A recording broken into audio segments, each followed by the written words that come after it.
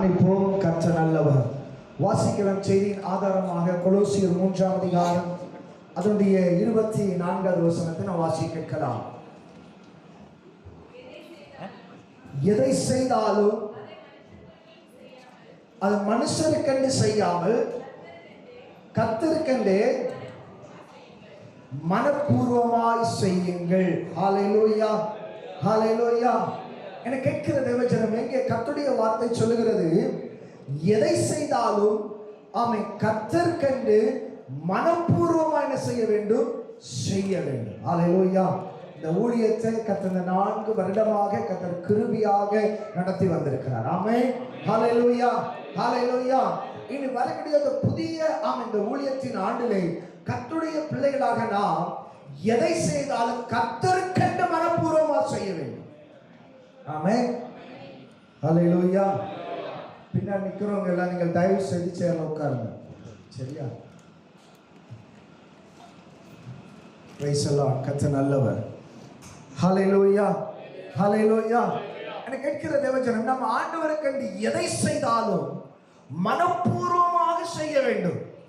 கர்த்தருடைய ஊழியத்திலே நாம் செயல்படும் போது ஏதோ மனுஷனை பிரியப்படுத்தும்படியாகவோ என்னுடைய பெயர் முன்னாடி வரும்படியாக அல்ல, நம் கர்த்தர் அதிலே மகிமைப்படுவாரா? ஆமென். பரலோக மகிமைப்படுமா? நான் செய்கிறதுனால அவன் ஒரு ஆத்மாவுக்கு பிரயோஜனம் இருக்குமா? நான் செய்கிற ஊழியத்தினால தேவனாகிய கர்த்தர் பரலோகம் சந்தோஷப்படுமா என்பதை நாம் நிதானித்து அறிந்து அதை நாம் மனப்பூர்வமாக செய்ய வேண்டும். ஹல்லேலூயா. எனவே இந்த வருடத்தில் ஆண்டவர் இந்த புதிய இந்த ஊழியத்தின் ஆண்டிலே கர்த்தர் நம்ம கொடுக்கிற வார்த்தை, நீங்கள் எதை செய்தாலும் கர்த்தருக்கென்று சொல்லி மனுஷருக்கென்று செய்யாமல் கர்த்தருக்கென்று சொல்லி மனப்பூர்வமாக செய்யுங்கள். ஹல்லேலூயா. அவன் வேதத்தில் வாசிக்கும் போது வேதம் சொல்லுகிறது, ஆமென், எபேசியர் 6ஆம் அதிகாரம் 6வது வசனத்தை ஒரு வாசிக்கல. எபேசியர் 6:6 நான் வாசிக்க கேட்கலாம். மனுஷனுக்கு பிரியமா இருக்க வேண்டும் என விரும்புகிறாய், பார்வைக்கு ஊழியம் செய்யாமல் கிறிஸ்துவின் ஊழியக்காரராக மனப்பூர்வமாய் தேவனுடைய சித்தத்தின்படி செய்யுங்கள். ஹல்லேலூயா. என கேட்கிற தேவஜனமே, அவன் மனப்பூர்வமாய் தேவ சித்தத்தின்படி செய்ய வேண்டும். ஆமென். நான் மனப்பூர்வமாய் செய்கிறேன். ஆமென். இங்க உள்ள ஆமென் அட்மினை திருப்திப்படுத்தவோ, இல்ல மினிஸ்ட்ரி இன்சார்ஜ் இருக்க திருப்திப்படுத்தவோ, பாஸ்டர் திருப்திப்படுத்தவோ அல்ல. ஹல்லேலூயா. மனுஷருக்கென்று செய்யாதபடி நாம் மனப்பூர்வமாக தேவ சித்தத்தின்படி செய்ய வேண்டும். ஹல்லேலூயா. தேவ சித்தம் இல்லாதபடி நாம் ஆண்டவருடைய ஊழியத்தை ஒருபோதும் செய்யக்கூடாது. ஆமென், ஹல்லேலூயா. தேவ சித்தத்திற்கு ஒப்பு கொடுத்து ஒரு ஆண்டுடைய பிள்ளை ஊழியத்திலே கர்த்தரினால் மகிமைக்க செயல்படும் போது கர்த்தர் அதற்குரிய ஆசீர்வாதத்தை தேவன் தர நல்லவராக இருக்கிறார். ஹல்லேலூயா. அப்ப மனப்பூர்வமா செய்கிறோம், அடுத்தது சித்தத்தின்படி செய்ய வேண்டும். ஆமென், ஹல்லேலூயா. அதான் அப்போஸ்தலர் பவுல் சொல்லுகிறார், ஆண்டவரே, நான் என்ன செய்ய நீர் சித்தமாயிருக்கிறீர். ஹல்லேலூயா. நான் என்ன செய்யணும் ஆண்டவரே, அதை நீங்க என்ன விரும்புறீங்களோ அதை நான் செய்ய எனக்கு உதவி செய்ய. நான் விரும்புறபடியோ அல்ல, அவன் மினிஸ்ட்ரி இன்சார்ஜ் விரும்புறாரு அல்ல, தேவ சித்தம் என்னது ஆண்டவரே, அதை நான் செய்ய எனக்கு உதவி செய்ய. ஹல்லேலூயா. நாள் ஆண்டுடைய பிள்ளை நாம் ஒவ்வொருவரும் ஆண்டுடைய சித்தத்தை மனப்பூர்வமாய் செய்கிறவர்களாக இருக்க வேண்டும். ஹல்லேலூயா, ஹல்லேலூயா. அடுத்ததாக என் மனப்பூர்வமா செய்யும் போது வேதம் சொல்லுகிறது, யாத்திராகமம் 25ஆம் அதிகாரம் 2வது வசனம் சொல்லுகிறது, அங்க ஒருவன் காணிக்கை கொடுத்தா மனப்பூர்வமா யார் கொடுக்கிறாங்களோ அவங்களிடத்திலிருந்து பெற்றுக்கொள்ள வேண்டும் என்று சொல்லி தேவனாகிய கர்த்தர் தம்முடைய ஜனத்திற்கு அவர் சாமி சொல்லுகிறார். யார் கர்த்தரை கொடுத்தாலும் மனப்பூர்வமா கொடுக்கிற இடத்துல பெற்றுக்கொள்ளுங்க.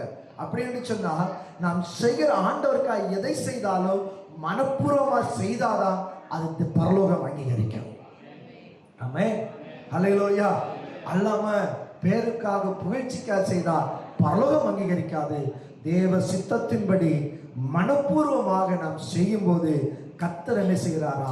அங்கீகரிக்கக்கூடியவராக இருக்கிறார். ஹல்லேலூயா, ஹல்லேலூயா. எனவே மனப்பூர்வமா செய்யும் போது தேவன் என்ன செய்கிறாரா? அங்கீகரிக்கிற ஆண்டவராக இருக்கிறார். ஹல்லேலூயா. அடுத்ததாக வேதம் சொல்லுகிறது 1 பேதுரு 5ஆம் அதிகாரம் அவருடைய 2ஆம் வசனத்தை வாசிக்கும் போது ஆமென் வாசிக்கலாம்.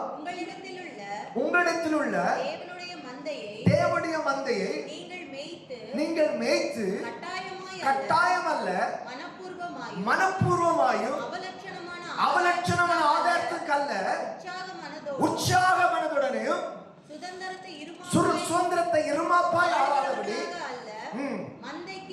மந்தைக்கு மாதிரிகளாகவும் கண்காணிப்பு செய்யுங்கள். ஹல்லேலூயா.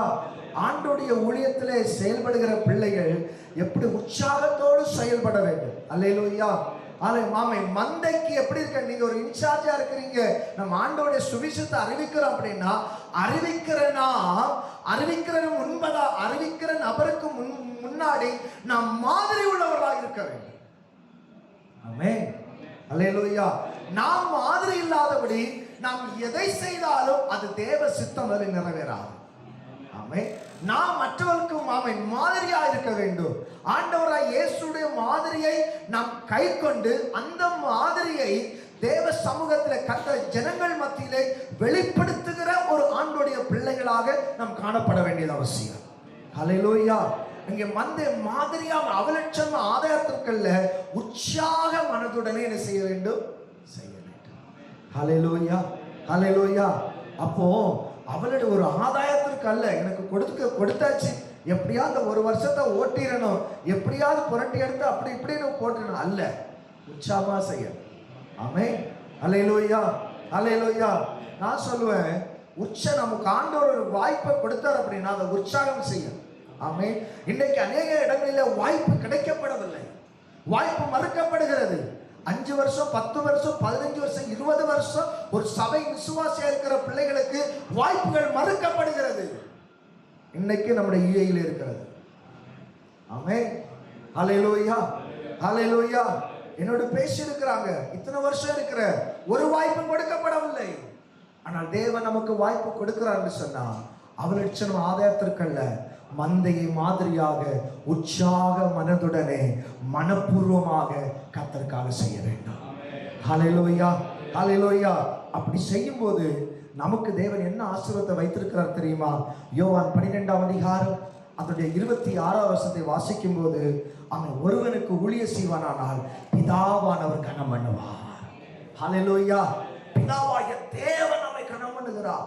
அவர் கனம் பண்ணிட்டார் அப்படின்னா அந்த கணம் மனுஷனாலே தடுக்க முடியாது. ஹல்லேலூயா. அந்த கணம் சொல்ல முடியாது. ஹல்லேலூயா. அந்த கணத்தை விவரிக்க முடியாது. ஆமென். ஹல்லேலூயா. விவரிக்க முடியாத ஒரு கணத்தை பிதாவாகிய தேவன் நமக்கு தருகிற நல்ல தகப்பனாக இருக்கிறார். எனவே ஆண்டவருடைய பிள்ளைகள் நாம் அந்த கணத்தை பெற்றுக்கொள்ளத்தக்கதாக நாம் செயல்படுகிறவர்களாக இருக்க வேண்டும். ஹல்லேலூயா. அந்த கணத்தை கொடுத்து நிறுத்தவில்லை. மத்தேயு 16ஆம் அதிகாரம் 27ஆம் வசனத்தை வாசிக்கும் போது வேதம் சொல்லுகிறது, நம்முடைய கிரியைக்கு தக்க பலனை ஆண்டவராய் இயேசு வரும்போது நமக்கு தரக்கூடியவராக இருக்கிறார். ஹல்லேலூயா. நம்ம என்ன செய்யறோமோ இதற்குரிய பலனை இங்கே பிதாவாகிய தேவன் கனம் பண்ணுகிற மட்டுமல்ல, குமாரனா இயேசு பரலோகத்துல நமக்குரிய கனத்தை தரக்கூடியவராக இருக்கிறார். ஹல்லேலூயா. அப்போ ஒரு ஆண்டோடைய பிள்ளை கர்த்தருக்காக செய்கிற ஒவ்வொரு காரியத்திலையும் இம்மையிலும் மட்டுமல்ல மறுமையிலும் ஆசீர்வாதம். ஹல்லேலூயா. ஹல்லேலூயா. எனவே ஆண்டோடைய பிள்ளைகள் ஊழியம் கர்த்தருக்காக நாம் வரக்கூடிய இடத்துல அதிகமாக செயல்பட வேண்டும். ஹல்லேலூயா. ஒரு ஆள் ஒரு ஆத்மாவாவது நாம் ஆதாயப்படுத்துகிறவா இருக்க வேண்டும். ஒரு ஆத்மா ஆதாயப்படுத்தி ஞானஸ்தான பாதையில் நடத்துகிற கர்த்தருடைய பிள்ளை நாம் எழும்ப வேண்டும். ஆமென். ஹல்லேலூயா. அப்படின்னு சொன்னா அடுத்த வருஷம் இதோட பெரிய கால் பார்க்கணும். ஆமென். ஹல்லேலூயா. ஹல்லேலூயா. ஹல்லேலூயா. ஆமென். ஒரு ஆள் ஒரு ஆத்மா, ஒரே ஒரு ஆத்மா நீங்க ஞானஸ்தான பாதையில் நடத்தி கர்த்தருடைய சபையிலே கொண்டு வருகிறவளா இருக்க வேண்டும். ஹல்லேலூயா. ஊழியம் செய்யும் போது நாம் மாதிரி மிக மிக அவசியம், சாட்சி மிக மிக அவசியம். ஹல்லேலூயா.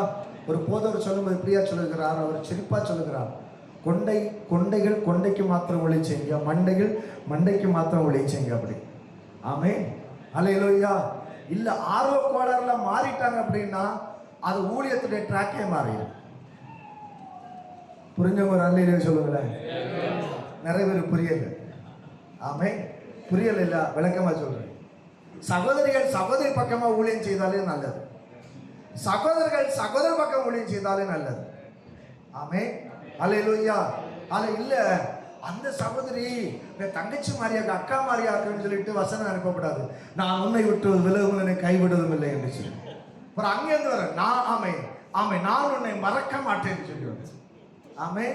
கடைசி அங்கேருந்து வரும் பிரியமான ஆத்மா வாழ்வு எல்லாவற்றும் வாழ்ந்து சுகமாறுன்னு வரும். அப்புறம் இங்கேருந்து வருவார் ஆமை திசை மாதிரி அனுப்பிடுவாரு. ஆமை 5 புருஷன் இருந்தார்கள், இப்பொழுது புருஷன் அல்லன்னு. ஆமை கடைசியில பாஸ்டர் ஆமா எல்லாம் ஊழியம் செய்ய சொன்னாங்க, ஊழியம் நாங்க வசனம் தான் அனுப்பணும் அப்படி. ஆமே, அல்லேலூயா அல்லேலூயா. அதனால ஆமே அவர் சொன்ன போல கொண்டைகள் கொண்டைக்கு ஒளிஞ்சிங்க, மண்டைகள் மண்டைக்கு ஒளிஞ்சிங்க. அல்லேலூயா. இந்த ட்ராக் மாறும்போது பலவித சூழ்நிலைகள் வரும். அல்லேலூயா. எனவே ஆண்டுடைய சமூகத்தில் இருக்கிற நான் மாதிரி மிக மிக அவசியம். ஆமே, அல்லேலூயா அல்லேலூயா. எனவே மாதிரியும் சாட்சியும் மிக மிக அவசியம். எனவே ஆண்டவருக்காக செயல்படுவோம். பிதாவைய கனத்தை, பிதாவை தேவனோட கனத்தை நாம் பெற்றுக்கொள்வோம். இம்மையிலும் மறுமையிலும் ஆசீர்வாதத்தை நாம் சுதந்திரித்துக் கொள்வோம். ஹல்லேலூயா. கடைசியா தேவன் நமக்கு சபைக்காக நாளிலே இந்த வருடத்திலே வாக்குத்தத்தமான வசனத்தை தேவன் நமக்கு கொடுக்க நல்லவராக இருக்கிறார். ஆமே. 2 ராஜாக்களின் புஸ்தகம் 3ஆம் அதிகாரம் அவருடைய 17வது வசனத்தை நாம் வாசிக்க கேட்கலாம்.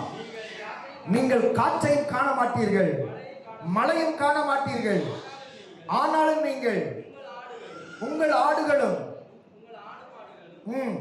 உங்கள் மிருக ஜீவன்களும் குடிக்கும்படி இந்த பள்ளத்தாக்கள் தண்ணீரால் நிரப்பப்படும் என்று கர்த்தர் சொல்லுகிறார். ஹல்லேலூயா ஹல்லேலூயா. ஆமை. காற்றையும் காண மாட்டீர்கள், மழையும் காண மாட்டீர்கள், ஆனால் சபை ஆத்துமாக்கள் நிரப்பப்படும். ஹல்லேலூயா ஹல்லேலூயா. இந்த காலத்துல மௌனமா இருந்தா ரட்சிப்பு வேறொரு இடத்துல எழும்பும். ஆமே. எனவே கொடுத்த ஆமை கர்த்தருக்கென்று சொல் தேவன் ரட்சிக்கப்பட்ட ஒவ்வொரு தேவ பிள்ளைகளும் ஆண்டவருக்காக செயல்பட வேண்டியது அவசியம். ஹல்லேலூயா. கடைசியாக ஒரு சம்பவத்தை சொல்லி நான் ஜெபிக்க போகிறேன். எனக்கு கேட்கிற தேவஜனம், அமெரிக்கா தேசத்திலே ஒரு பிரபலமான ஒரு பெரிய ஒரு கம்பெனி, அங்கிருந்து வருடந்தோறும் ஒரு பெரிய போட்டி வைப்பார்கள். அது என்ன போட்டி அப்படின்னா போட்டோகிராஃப் போட்டி. அப்போ அதை இம்ப்ளிமெண்ட் பண்ணுவாங்க. எந்த நபர் நல்ல போட்டோகிராஃபி எடுத்து கொடுக்குறாங்களோ அவங்களுக்கு 10 கோடி பரிசு என்று சொல்லி அவங்க அந்த கம்பெனி அறிவிப்பாங்க. இந்த அறிவிப்பை பெற்று அநேக போட்டோகிராஃபர் இருப்பாங்க. அவருடைய கோட்பாடு என்ன அப்படின்னா, ஒன்றில் ஒரு தேசத்தை குறித்ததான ஒரு வளர்ச்சி திட்டமா இருக்க வேண்டும். அந்த போட்டோகிராஃபி எப்படி வளர்ச்சி திட்டமா இருக்க வேண்டும். இன்னும் ஒரு தேசத்துல வறுமையை, அந்த தேசம் எப்படி வறுமைக்குள் இருக்கிறது என்பதை காட்டக்கூடியதா இருக்க வேண்டும். இன்னும் அந்த தேசத்துடைய கலாச்சாரம் எப்படி இருக்கிறது, அப்படி ஒவ்வொரு தேசத்துல முக்கியமான சம்பவங்களா இருக்க வேண்டும். பல நூற்றுக்கணக்கானவர்கள் அந்த போட்டியில பங்கு பெறுவார்கள். யாராவது ஒரு நபருக்கு தான் பரிசு கொடுக்கப்படும். அப்படியாக இருக்கும்போது 21 வயது நிரம்பிய ஒரு வாலிபன், பலர் ஒரு குறிப்பிட்ட நாள் கொடுக்கப்பட்டது. அந்த நாளுக்குள்ளாக அந்த போட்டோ எடுத்து அதை பிரிண்ட் போட்டு அந்த கம்பெனிக்கு அனுப்ப வேண்டும். அவங்க செலக்ட் பண்ணி அவங்க பரிசை அறிவிப்பார்கள். அப்போ அந்த 21 வயது நிரம்பிய வாலிபன் அவன் சோமாலியா தேசத்திற்கு அவன் கடந்து போனான். அவன் கடந்து போய் பல காட்சிகளை அவன் பார்க்கிறான்.